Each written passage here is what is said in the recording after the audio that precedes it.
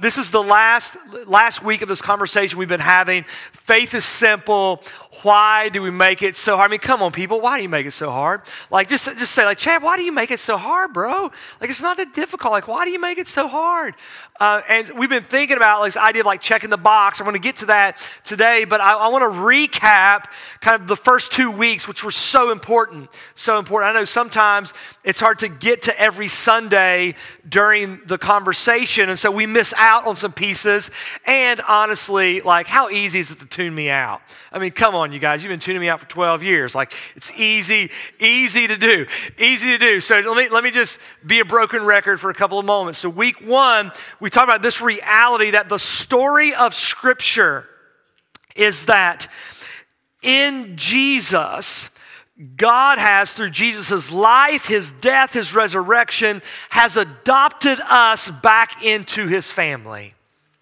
Back into His family. Has adopted us into His family, that now our citizenship belongs with Him. All right? And so this is so important, because what happens is sometimes we flip this a little bit, and it gets a little weird when it comes to working out our faith. So you are not a soldier that happens to be a Christian. You are not a teacher that happens to be a Christian. You are not a wife that happens to be a Christian. Husband happens to be a Christian. You're not a business owner that happens to be a Christian. You're not a firefighter that happens to be a Christian. You're not a student that happens to be a Christian. It's not who you are. You're a Christian, a son of the Most High God, a daughter of the Most High King. You're a Christian who happens to be a pastor. You're a Christian who happens to be a business owner. You're a Christian who happens to be a doctor. You're a Christian who happens to be, right? So what happens sometimes in our life is if our worldly identity is up at the top, we project that onto our Christian identity. Okay? Where what actually the story is, it's the other way around. Like, you are in the world, Paul says it, but not of it. And so how does our identity in Christ get projected on to the other areas of our life? Like, how does my identity in Jesus inform how I love my wife, care for my children, pastor this church, etc., right? Like, it's that. Like, that was week 1. It was week 1. It was week 1. Second week was this. Second week was, now, in light of being adopted into the family, there's an inheritance for you. There's an inheritance, like Paul says, like, work out your salvation. Now, this is not a Cinderella story. Okay, like you remember, she was like, remember when she had like the wicked stepmom, like she was up like in the deal and like porridge and stuff in that story? Like not a good, it's not that. Like, it's a full inheritance. Like, full inheritance. So many of you guys, like my wife Amanda got pregnant her senior year in high school. When I met Jordan, he was 5. I thought, man, he's got a hot sister. I need to meet her so bad. It was his mom, so it was like, wow, that's different. Introduced me to her. We fell in love, got married. Jordan graduated from college like 2 months ago, and he's thinking about some transition in his life.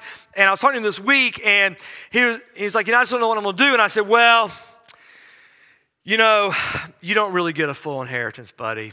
Sorry.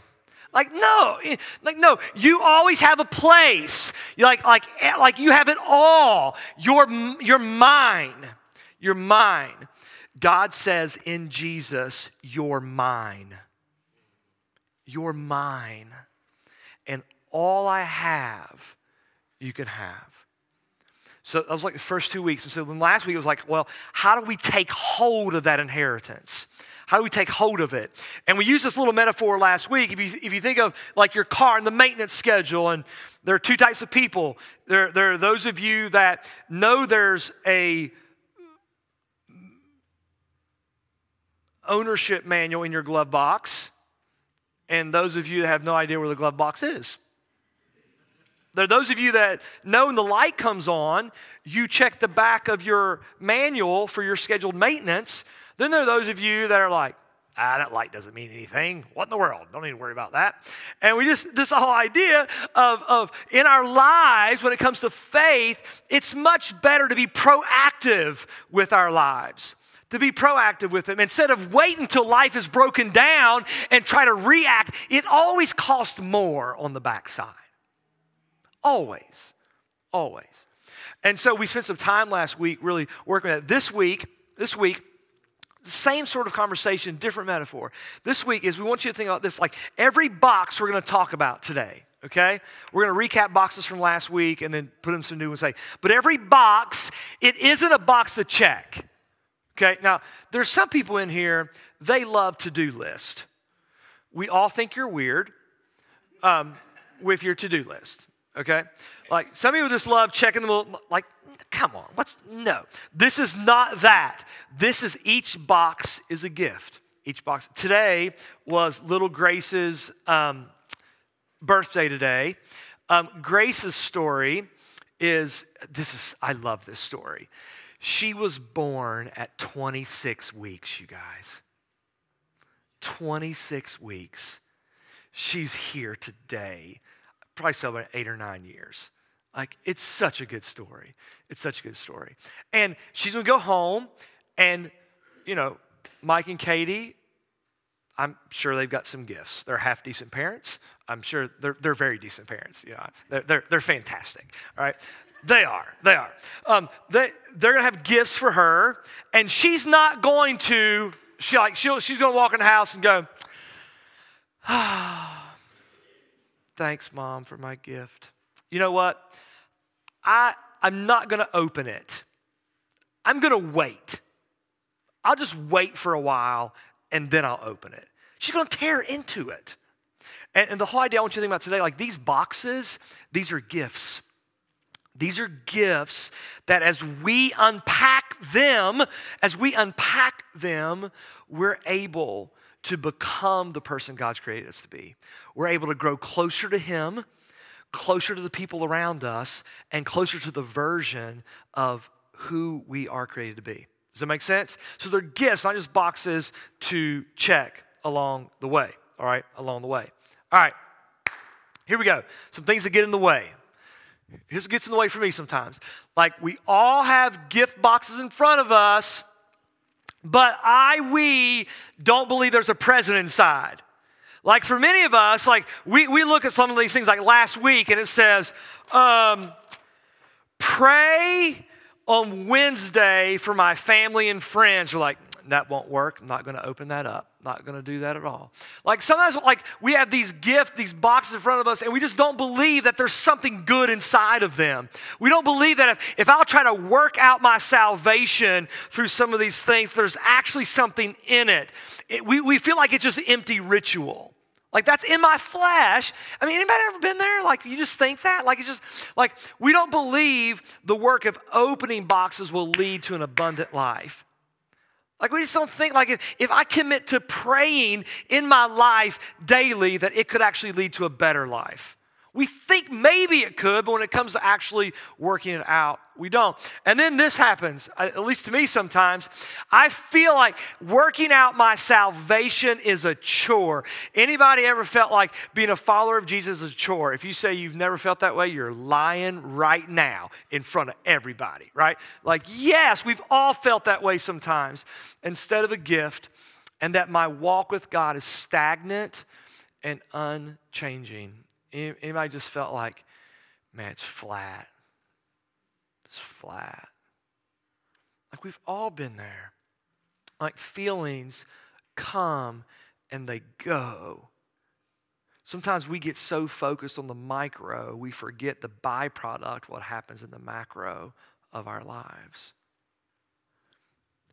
And so just big picture for us today, like what I just want to remind you of is like, God has an abundant life for you, and that no follower of Jesus should go through life and miss out on the gift that's inside the box, okay?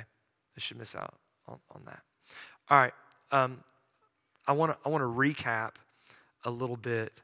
No, I want to recap that in just a minute. All right, let's look at the scripture real quick, okay? So we're in chapter 10, verse 9. Now, here's what I want to set this up with. In the Gospel of Matthew, Jesus says this. Jesus says, my yoke is easy and my burden is light. My yoke is easy.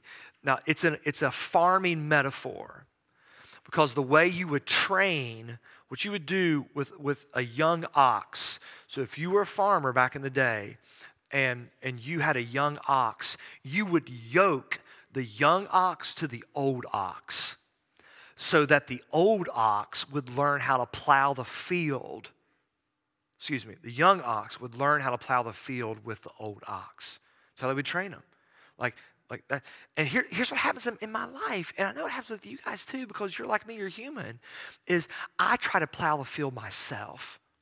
Like I try to build I think as a young ox, I'm better at it than the old ox. And Jesus says, look, my yoke is easy. Like, let me work with you. You're going to be much more productive with me than without me. Yoke with me, we can cover more ground. Otherwise, you're going to go around in circles. How many times have I gotten into my life and it's like, gosh, I am going around in circles right now instead of being yoked to the one that knows. And then he says, my yoke is easy and my burden is light. How many of us this morning are carrying something that feels heavy?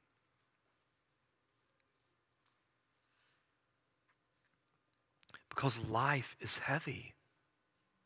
And sometimes it's more heavier than others. Jesus says, look, like, when you're yoked with me, I'm the old ox. I take it on. And what I put on you is lighter than what the world's putting on you. And so when we talk about opening up these boxes, these gifts inside, it's like, this is how to get yoked with Jesus, to let him help carry what's weighing you down, and for you to put on what's a lot lighter than what you're holding right now. And I wish that there was some little formula or, and then it's all good. Just whoo, and then you just go, great. It just doesn't work that way. It doesn't work that way. All right? It takes some work and some effort, but it's worth it. All right? Now that's kind of the backdrop for what Jesus is saying here this morning. All right, so verse 9 in chapter 10. I am the door. If anyone enters by me, he will be saved and will go in and out and find pasture. Like I was thinking about this morning. You ever, as you're on trips driving, you've driven by farms, and like Cammie, my little girl, she loves goats. Like she wants goats. Don't think it's happening.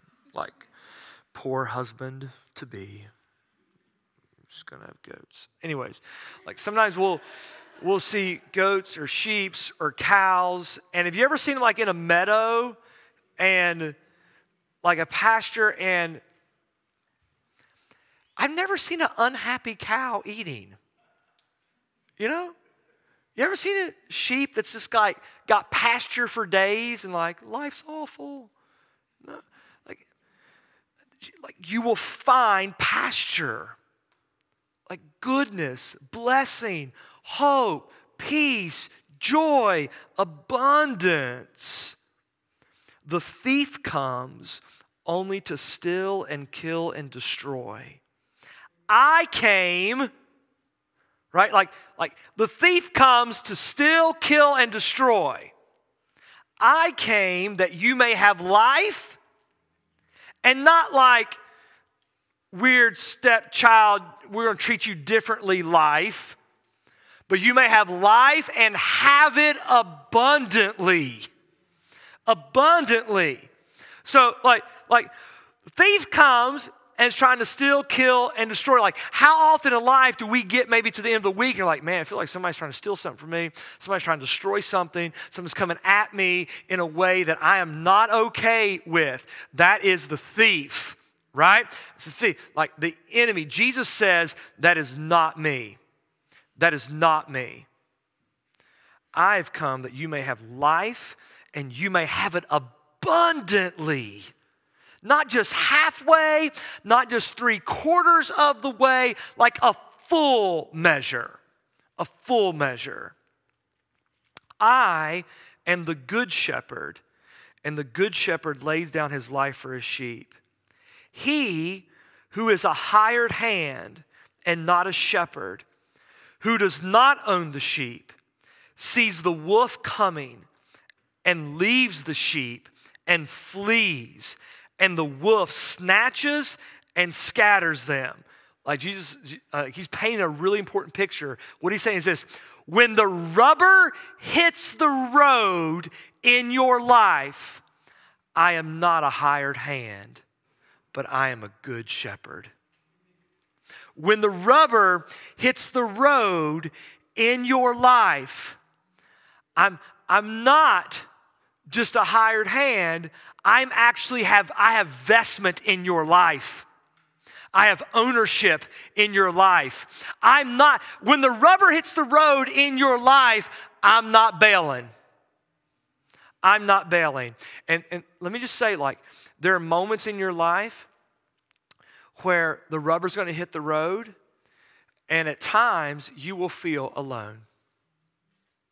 At times, folks will not be able to be there for you, sometimes intentionally, sometimes just because life's busy for them too. All right? Sometimes, like, you and I will feel a little isolated. Jesus is saying this, like, when the rubber hits the road in your life, like, you can count on, I'm not bailing. I'm not bailing. I am the good shepherd. I already read that, sorry. Verse 13, he flees because he's a hired hand and cares nothing for the sheep.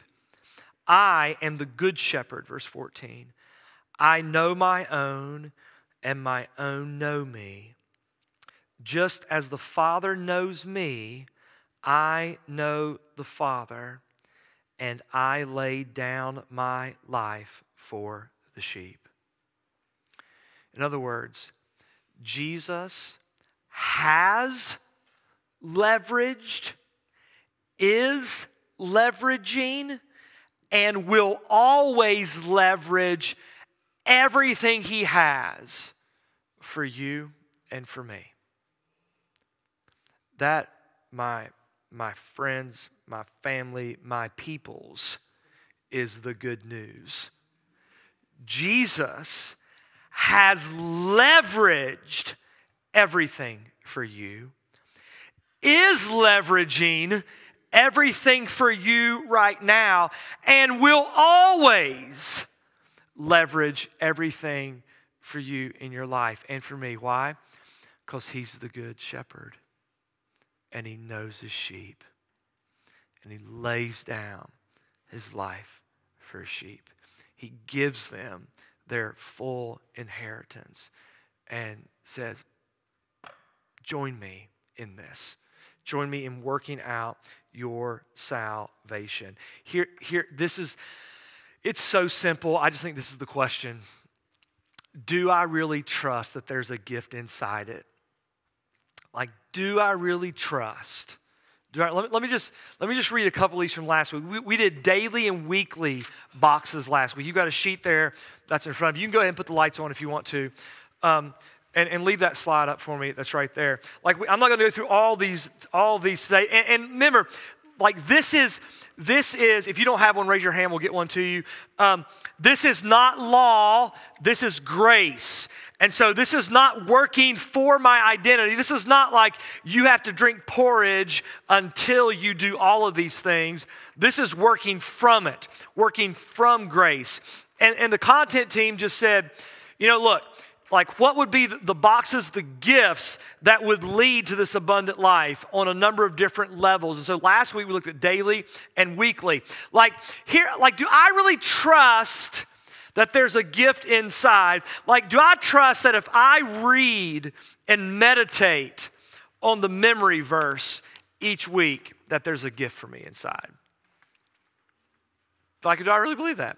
Do I really believe it? Did anybody make their bed this past week? Anybody? Try something? Did anybody try to make it new that wasn't making it for a go? I didn't believe this one. And so I'm like, that's dumb. Made the bed, went downstairs, had coffee, walked back upstairs, and I was like, look at me being productive. Honey, Amanda, come look what I did. Like do I really believe do I trust that there's a gift inside? Like, how many of us believe that if we journaled and wrote notes to God, that in some way there would be a gift there? How many of us believe that if we actually plan out our budget, time, finances, and food, that there's a gift in that?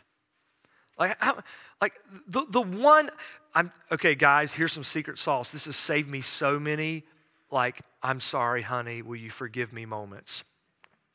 Weekly review. We take a moment once a week and just say, okay, how did last week go? Where'd we win? Where'd we lose? Where were we frustrated? Did anything happen last week that should inform this next week? And then say, now, what's on the horizon in front of us this week? What's going on? What do we need to adjust along the way? So many, I'm sorry, I blew it just in that right there, okay? So helpful. But I think it comes down to, do I really trust that there's a gift inside? If I do, I'll open it. If I don't, I'll leave it on the table. And so, I'm not saying you have to do all of these. I'm saying you should consider them. And the ones that you kind of know are no-brainers, pray. The low-hanging fruit. Read. Be a good friend. If I'm not opening it, I'm leaving it on the table. I don't really trust there's something inside for me. Okay. Today I want to talk through the backside. This is bi-weekly, monthly, quarterly, yearly, and when needed. Here's what I would encourage you guys to do. You could laminate this bad boy right here, get you one of them little white, the little dry erase markers, and you can just check, all week long, and then you could dry erase it and do it again. All right, you could come up with your own if you wanted to. All right. Now, these are what we would say. These are some boxes that are worth opening. These are some gifts that are worth opening. So bi-weekly, spend time and engage with your gathered gospel family. So I've told you guys before, my gospel family we meet every other week, and often when we're getting ready to host, it's like, oh no, not tonight. I had a friend ask me we had it on Friday, and he said, when did you start thinking like you didn't want to do it this week? I said, as soon as I sent the Facebook message out, we were having it, I started thinking I don't want to do it this week. And then it came around, and we had a full house on Friday. We had some great conversation. It was fantastic. It was fantastic. Invite someone from your gospel neighborhood into your life. Remember, your gospel neighborhood is where you live, where you work, where you play. We've got a kind of a testimony going on right now. We've got a teacher that has been coming here, part of Crossroads, and they started a little club at their high school and have had kids taking steps towards Jesus in the last month. Just because she said, I feel like God's saying this to me, I'm going to try to give this a go. Had some friends from gospel family help out, and it's happening. I guarantee you this morning, she's not like, well, I don't like that gift. That's not good. I'm glad I'm not. I think it's awful I'm impacting children for the sake of the kingdom. Let me not do that anymore. Invite someone into your life. Intentionally receive investment from someone or something that makes you better. It may be a book, it may be a person. Here, you cannot give what you don't have. And we often operate like yesterday's fruit will sustain us into the breakthrough of tomorrow. And it just doesn't. So we talk a lot about having an overflowing life. The psalmist says, my cup overflows. It's this idea that as we allow God to pour into our lives, as we inhale his presence, we can, I like to think of like spilling Jesus all over the place, right? I was talking to this guy yesterday, and he got a technical foul in his little game he was coaching, and he went to grab his water bottle, and he's like, I just tried to grab it, but I missed it, and it flung out onto the thing, and the official was, it was like this big mess, and I had to go clean it up. Like, that's what I want your life to be. I want you just to, like, take your cup of Jesus and just splash everywhere. But here's the deal. Like, if you, everywhere, you still need something else to fill it up so you can splash it again. Does that make sense? Right? And we need to we have to receive some investment in order. We can't give anyone what we don't have, all right? All right, monthly, tithe 10% of your household income. Okay, I'm gonna be really honest with you right now about this, and if you get mad at me, I love you, all right? All right, so here's what I would say about this. I've always thought it was kind of weird that like I get paid by the church and saying, hey, tithe 10% of your income, it just feels a little awkward to me, okay? It feels awkward. Nonetheless, I would say this, if you don't feel comfortable like tithing 10% to the church, like that feels weird for you, it's not an excuse not to tithe somewhere. Like, still come, be a part, find your organization, something you love, support. Like, it's not about the money, it's about your heart.